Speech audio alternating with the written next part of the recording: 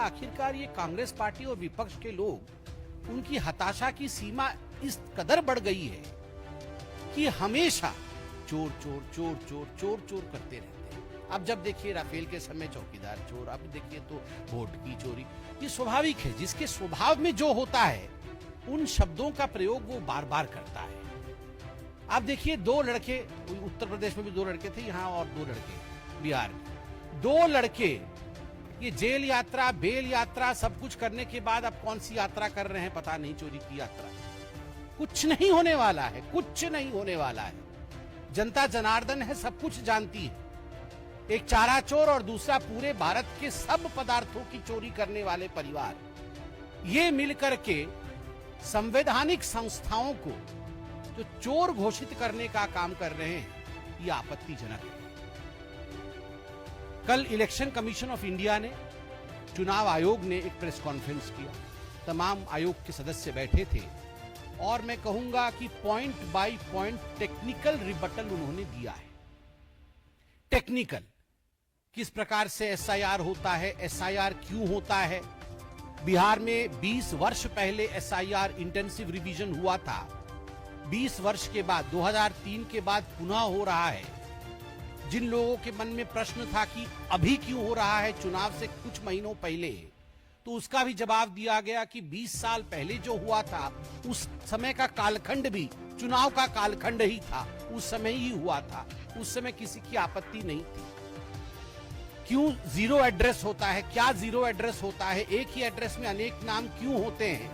1966 से लेकर 1977, 1981 सभी रिवीजन्स के उदाहरण दिए गए हैं। आज अखबारों में भी छपा हुआ है कि जीरो एड्रेस क्यों होता है। ये सारे टेक्निकल विषय पे इलेक्शन कमीशन ने विस्तार से जवाब दिया, मगर जो ना समझे उसको समझाया नहीं जा सकता। जो ना समझे वो अनाड़ी ही है। ये अपने आप को खिलाड़ी समझते हैं मगर वो हैं अनाड़ी, और कुछ नहीं उनका होने वाला है। वो समझना नहीं चाहते, वो चाहते हैं कि यहां पर अफरा तफरी का माहौल बने, हिंदुस्तान में अफरा तफरी का माहौल बने, एक कैओटिक सिचुएशन बने, और अफरा तफरी में किस प्रकार से उन्हें कुछ राजनीतिक लाभ मिले, ये उनका प्रयास है। आज मैं देख रहा था अनेक पॉलिटिकल पार्टी के लोग बैठकर प्रेस कॉन्फ्रेंस कर रहे हैं।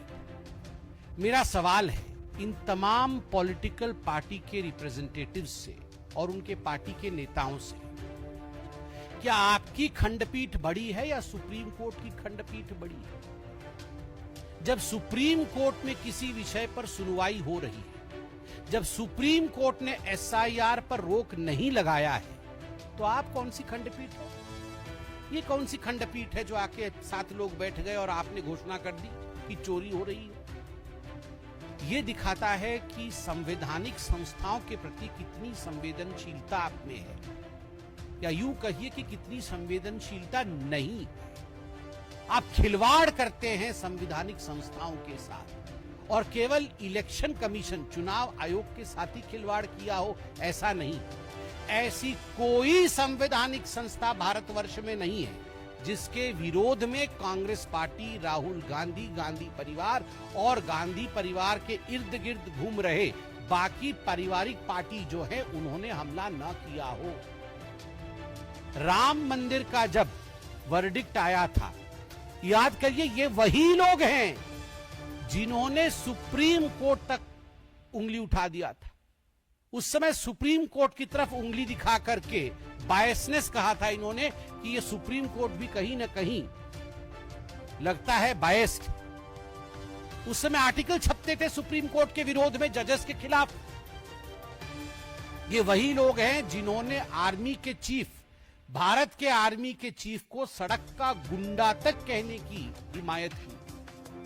ये वही लोग हैं जो air strike, surgical strike, operation Sindoor के पश्चात जो आर्मी के ऊपर भी हमला करने से नहीं बचते हैं, नहीं कतराते हैं और सबूत डिमांड करते हैं, एविडेंस मांगते हैं। आप सोच के देखिए, आर्मी को नहीं छोड़ते, सुप्रीम कोर्ट को नहीं छोड़ते, इलेक्शन कमीशन को नहीं छोड़ते, कौन सी ऐसी संस्था है जिसको इन्होंने छोड़ा? इनको लगता था और अभी भी लगता है कि सत्ता पे बैठना ये इनका जन्मसिद्ध अधिकार है। सत्ता उनको सिंहासन दिखता है। उनको लगता है ये जो प्रधानमंत्री की कुर्सी है ये सिंहासन है, और सिंहासन विरासत से मिलती है। नहीं, सिंहासन विरासत से नहीं मिलती है, सेवा से मिलती है। और आज ये जो खंडपीठ बैठी थी, ये जो पॉलिटिशियंस की खंडपीठ बैठी थी, उनमें से एक पॉलिटिशियन कह रही थी कि लोकसभा को भंग कर देना चाहिए।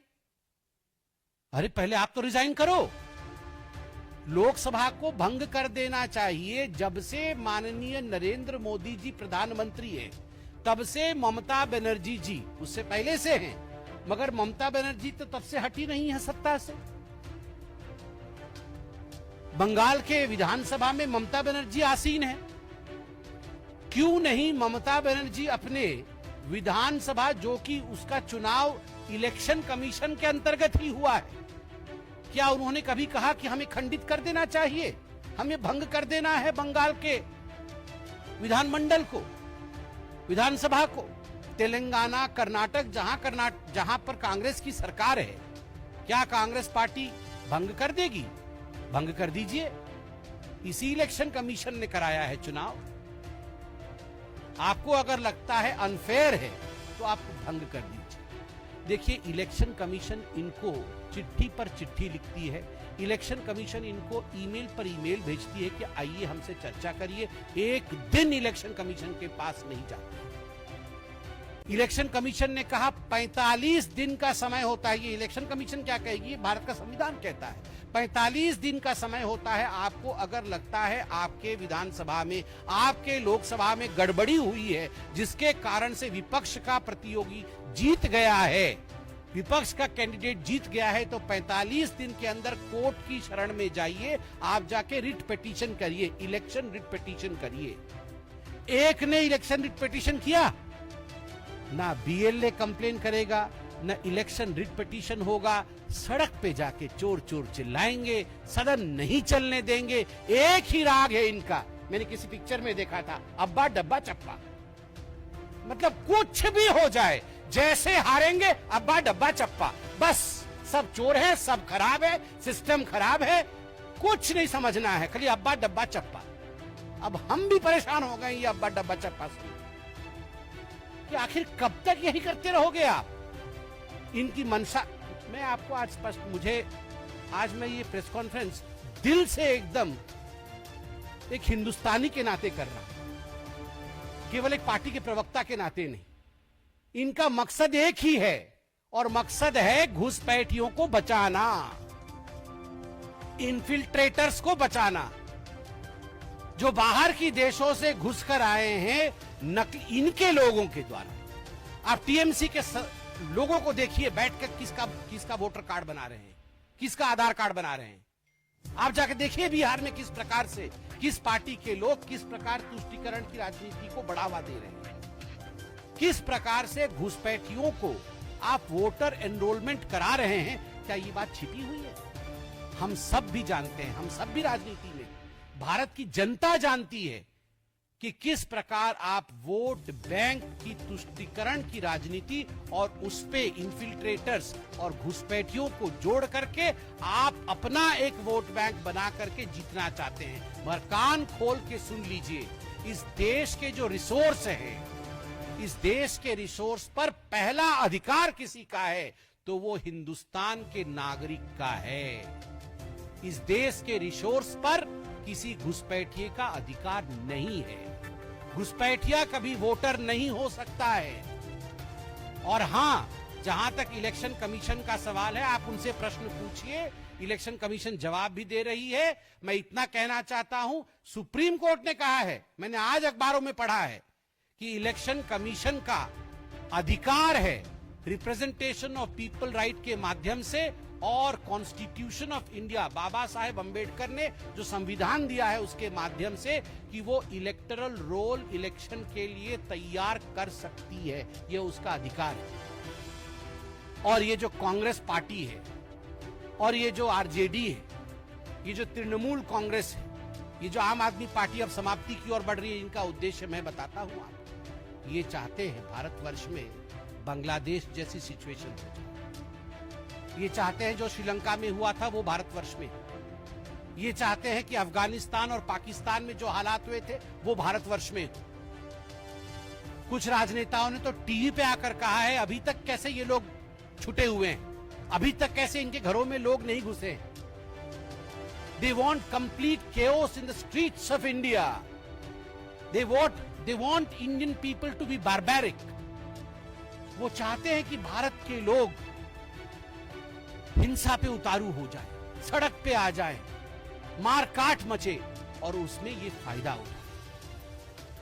बट यही फर्क है हिंदुस्तान में और बाकी। भारत के लोग समझदार हैं, हमारे में विवेक है, हमारे अंदर एक हजारों वर्ष की सिविलाइजेशनल, जिसको कहते हैं हम, की एक सांस्कृतिक विरासत है। इतनी बड़ी सिविलाइजेशन हम है कि उसकी जो विरासत है उसके कारण क्या सच है और क्या झूठ है यह लोग समझते हैं। और इसीलिए लोगों की समझदारी के आगे जितना भी ये हल्ला मचाए, जितना भी ये चोर चोर करे, कौन चोर है और कौन पुलिस है ये जनता जानती है और उसी के मुताबिक वोट करती है। आप देखिएगा, मैं आज एक चित्र देख रहा था 2005 में यही वो राहुल गांधी और यही वो उनके लोग जिस सड़क पर आज वो दंदना कर मुंह छिपा के भाग रहे हैं गाड़ी में, उस समय नाव में जा रहे थे क्योंकि बारिश के दिन में डूब गया था बिहार का वो सड़क। डूबे सड़क से चमचमाते सड़क, यह दिया है एनडीए ने, यह दिया है मोदी जी ने और भारतीय जनता पार्टी ने। स्वाभाविक रूप से पहली इनकी किस्मत चमचमाती थी, अब सड़कें चमचमा रही है, तो इनको चाहिए डूबे हुए सड़क मगर इनके किस्मत चमके। ये यही चाहते हैं, जनता नहीं। कोई प्रश्न हो तो अवश्य पूछे।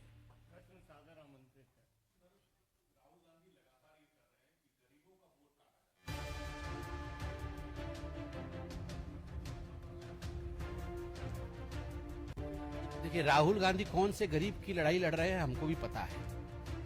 राहुल गांधी लड़ रहे हैं अपने लिए, क्योंकि राहुल गांधी जी को लगता है कि वो एंटाइटल्ड है। उनको लगता है कि इस देश पे शासन करने का अधिकार गांधी परिवार के पास है। गांधी परिवार अगर शासन से बाहर होती है तो वो जल बिन मछली जैसी उनकी हालत होती है। सब हमेशा इमरजेंसी लगाया उन्होंने।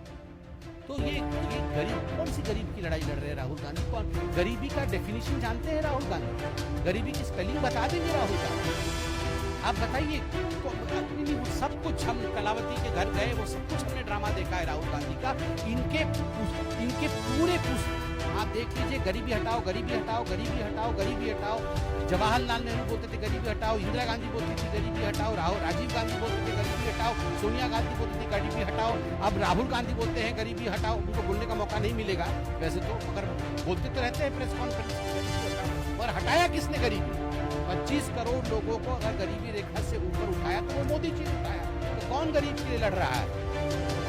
ये वोटर लिस्ट में जिसके नाम कटे हैं उसका एक प्रक्रिया है, संवैधानिक प्रक्रिया है, और वो संवैधानिक प्रक्रिया सुप्रीम कोर्ट अभी देख रही है। छाप कर भी इलेक्शन कमीशन ने दिया है, बीएलए कंप्लेंट करे बीएलओ को जाकर, तभी तो 1 महीने का समय दिया जाता है। गरीब हो या अमीर हो, देश के हर नागरिक के लिए संविधान ने अधिकार दिए हैं, बाबा साहेब ने अधिकार का प्रयोग करे, केवल चोर चोर ना चिल्लाए।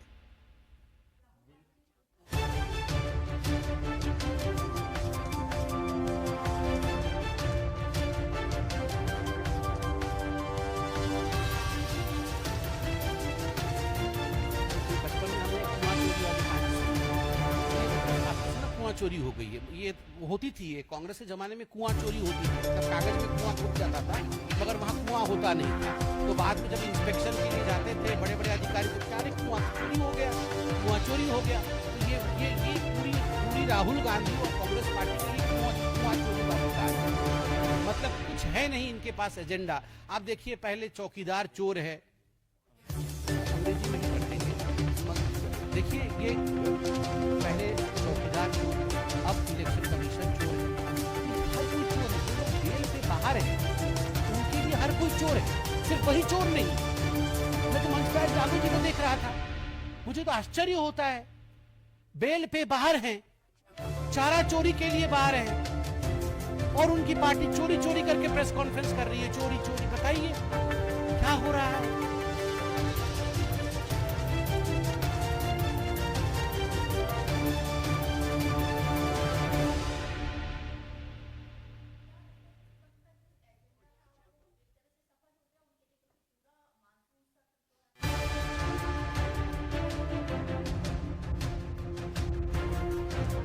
आपने सही कहा कि राहुल गांधी और अपोजिशन पार्टी से खासकर कांग्रेस की जो मॉनसून सत्र था उसे समाप्त कर दिया, डिस्ट्रॉय कर दिया। और आपने पूछा कि क्या वो सफल हो गए। याद रखिए, डिस्ट्रॉय और सफल ये दोनों शब्द कभी भी एक साथ नहीं हो सकते। जो डिस्ट्रॉय करता है, जो समाप्त करता है, जो खराब करता है, जो ध्वंस कर देता है बने बनाए चीज को, वो असफल ही होता है। तो कांग्रेस पार्टी ने अपने देश के सामने उजागर किया, दिखाया है कि हम ध्वस्त करते हैं। एक एक दिन में करोड़ों रुपए खर्च करते। हम सभी सांसद यहाँ पर क्यों बैठे ताकि चर्चा सार्थक चर्चा हो सके। और जिन विषयों में चर्चा मांगी थी उन विषयों पर तैयार है हम चर्चा करने के लिए, मगर ये चर्चा भी नहीं कर रहे हैं, न चर्चा होने दे रहे हैं, केवल और केवल इसलिए क्योंकि उन्हें एक हंगामा काटना है और कोई भी मुद्दा नहीं है इनके पास। आप सोचिए, एक करप्शन का मुद्दा होता तो पार्लियामेंट में डिस्कशन करते, एक कोई देश में कोई गड़बड़ी हुई होती हमारी सरकार द्वारा तो पार्लियामेंट में हंगामा करते। तो उस विषय पे हंगामा कर रहे हैं जिस विषय में पार्लियामेंट इलेक्शन कमीशन के विषय को कैसे डिस्कशन करेगी। आप इलेक्शन कमीशन आपको बुला रही है, आप जाते क्यों नहीं डिस्कशन करते। आपको इलेक्शन कमीशन ने 5-5 बार बुलाया कि आइए जो भी डाउट है आप हमारे साथ बैठ के डिस्कस करिए। Why doesn't Rahul Gandhi go and discuss?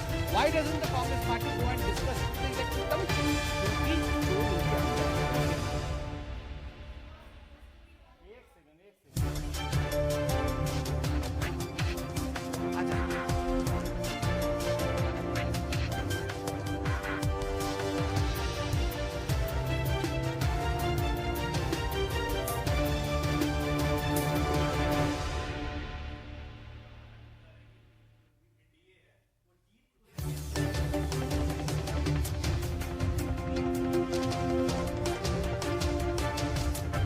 देखिए, राहुल गांधी बिहार यात्रा में वो पूरे देश में यात्रा कर रहे हैं। देखिए, जहाँ जहाँ राहुल गांधी क्या होता है ये तो आपने हर चुनाव में देखा ही है, तो इसमें हमें आपत्ति नहीं है, वो थोड़ा ज़्यादा ही जाना चाहिए। हमारा भी मानना है कि राहुल थोड़ा ज़्यादा जाए, मेहनत नहीं हो पा रहा है, थोड़ा राहुल जाए, अच्छी बात है, डेमोक्रेटिक कंट्री। जहाँ तक जीत का सवाल है, हमने अच्छा काम किया है, गरीबों के लिए काम किया है हमने बिहार में, हमने नौकरियां दी है बिहार में। हम सार्थकता के आधार पर, अच्छे काम के आधार पर, सकारात्मकता के आधार पर जीतेंगे और जीत हासिल करेंगे। नकारात्मकता से कभी जीत नहीं होती है और ये बात राहुल गांधी भी जानते हैं।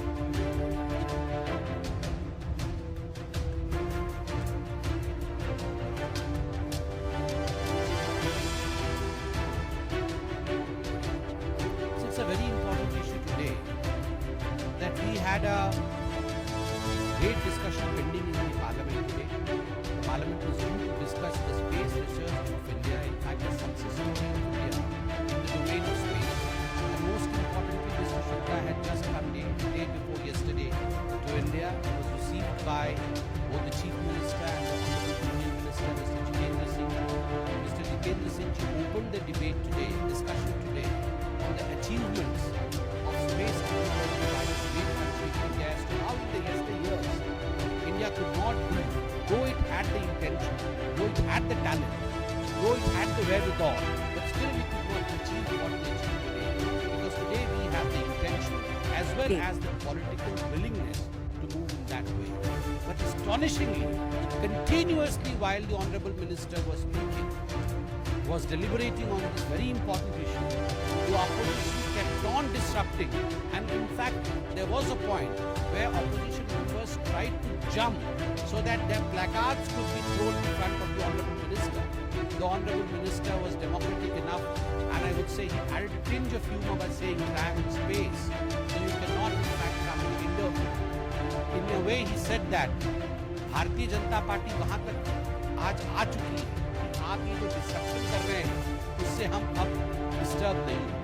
But it's really a matter of shame that while the parliament should nominate mister Shuja who belongs to the armed forces and who in fact achieved a great feat today, made India proud. We could not stand for him today. We could not applaud for him today. This is very important. What the opposition is doing.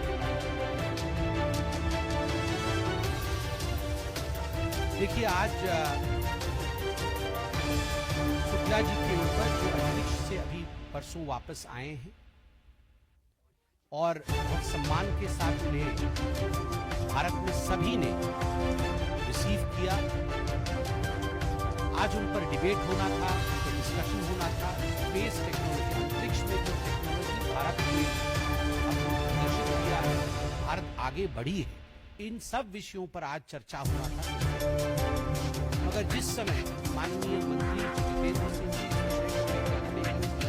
चर्चा आरंभ हुई, ठीक उसी समय opposition के leader ने जिस प्रकार से दंग किया, जिस प्रकार से हल्ला मचाया, पार्लियामेंट को चलने नहीं दिया, ये कहीं न कहीं उदासीनता दिखाती है ऑपोजिशन के ऊपर। ये कहीं न कहीं पूरे हिंदुस्तान में बहुत बुरा असर होता है कि हिंदुस्तान के इतने बड़े अचीवमेंट को जिस पर पूरे विश्व को गर्व है और पूरा विश्व इसे देख रहा था, एक इतने बड़े व्यक्ति के लिए जिसने इतने बड़े, वो आर्म्ड फोर्सेस का है, वो एस्ट्रोनॉट बन के गया, वो इतना कुछ अचीव करके आया, उसके बाद भी हम उनके लिए खड़े नहीं हो पाए।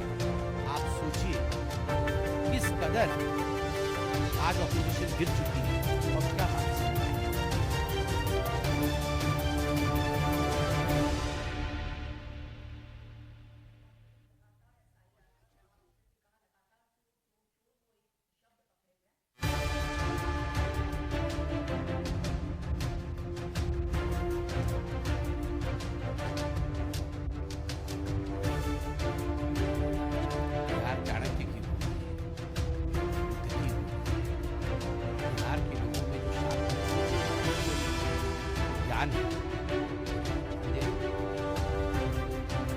आप बताइए, बिहार के लोगों को गुमराह कर देगा, वो राहुल गांधी जाके बिहार के लोगों को गुमराह कर देगा। ये चोर चोर शब्द तो राहुल गांधी का फेवरेट शब्द कब से नहीं बोल रहे, वो शुरू से ही चोर चोर बोल रहे हैं। मतलब क्या हिंदुस्तान की जनता, क्या बिहार के अंदर राहुल गांधी को सीरियसली ले रहे हैं? राहुल गांधी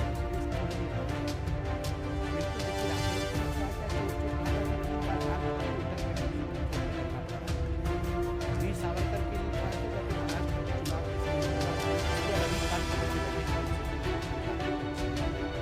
ये इसी प्रकार थोड़ी दूर देखिएगा, ये कान पकड़ेगा, ये जो चोर चोर बोल रहे हैं या तो एफिडेविट दो या तो माफी मांगो। एफिडेविट भी नहीं देंगे, माफी भी नहीं मांगेंगे, ऐसा तो नहीं चलेगा। लोकतांत्रिक तरीके से चलता है, संविधान के अनुसार चलता है और लोग बहुत समझदार हैं।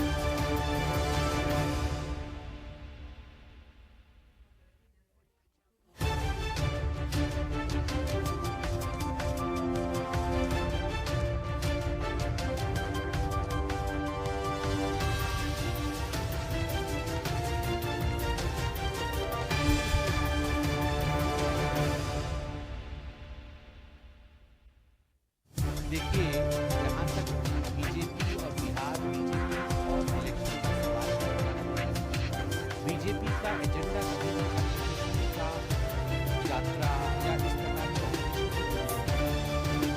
बीजेपी हमेशा अपने एजेंडे पे चलती है और हमारा एजेंडा विकास का एजेंडा है, डेवलपमेंट का एजेंडा है। हमने क्या किया है विगत 11 वर्षों, एनडीए की सरकार ने बिहार में क्या किया है, नीतीश जी के काल में किस प्रकार से बिहार आगे बढ़ा है, पहले कानून की व्यवस्था क्या थी बिहार में, किस प्रकार बिहार में बदलाव आया, इन सब आधार पर बिहार का चुनाव लड़ा जाएगा। स्वाभाविक रूप से दो लड़के वाला विषय,